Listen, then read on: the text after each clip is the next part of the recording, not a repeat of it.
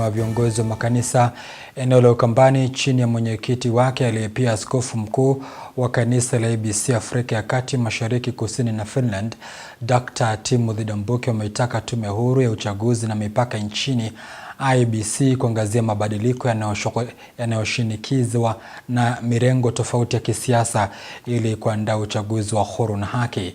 Wakizungumza katika kongamano waliloliandaa katika kanisa la ACK Machakos, viongozi hawa wameitaka jamii ya Wakamba kujisajili kwa wingi kama wapiga kura ili kuwa na usemi katika uchaguzi mkuu ujao.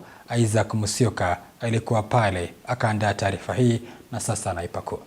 Uchaguzi mkuu wa mwaka 2027 unapozidi kukaribia, muungano wa viongozi wa makanisa eneo la Ukambani chini ya mwenyekiti wao aliyepia askofu mkuu wa kanisa la ABC Afrika Mashariki ya Kati, Kusini na Finland, Dr. Timothy Ndambuki wameitaka tume huru ya uchaguzi IEBC kuangazia mageuzi yanayoshinikizwa na mirengo tofauti ya kisiasa nchini na kuandaa uchaguzi huru na wa haki. IEBC ni kwamba tunataka peaceful election, tunataka fair elections na tunataka amani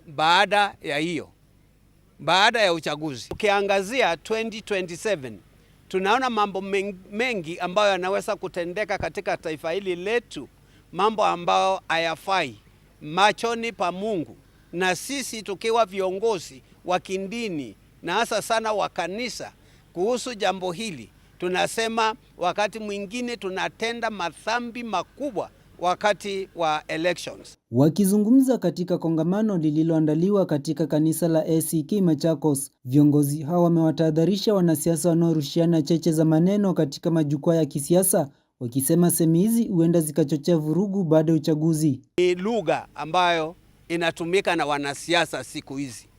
Ukinasikia wanatukanana, wanaongea maneno mengine hata si ya watoto, na watoto wetu wako kila mahali, hata social media wanasikia, wataendelea kukua wakifikiri ya kwamba ati inji inaongozwa namna hiyo, na hiyo ndio lugha ya viongozi.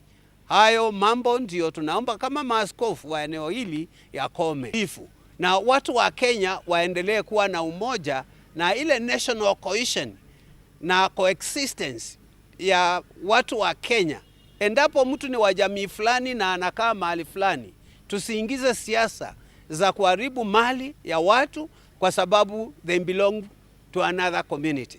Kwa hivyo muungano huu na ulio na makanisa ya madhehebu mbalimbali eneo la Ukambani wameitaka jamii ya Wakamba kujitokeza kwa wingi kuchukua kura ili kuwa na usemi katika uchaguzi mkuu ujao, wakitoa wito kwa tume ya IEBC kuleta huduma za kusajili wapiga kura mashinani ili wakazi wengi wajiandikishe. IEBC pia ni lazima wawajibike na wajaribu kuona ya kwamba kila sehemu wamefika, kila sehemu wako kila mahali, na wanapeana mwongozo pia na services zile zinastahili kabla ya uchaguzi wa 2027, kwa sababu si haki sehemu fulani kwa sababu iko nyuma wakose huduma yao.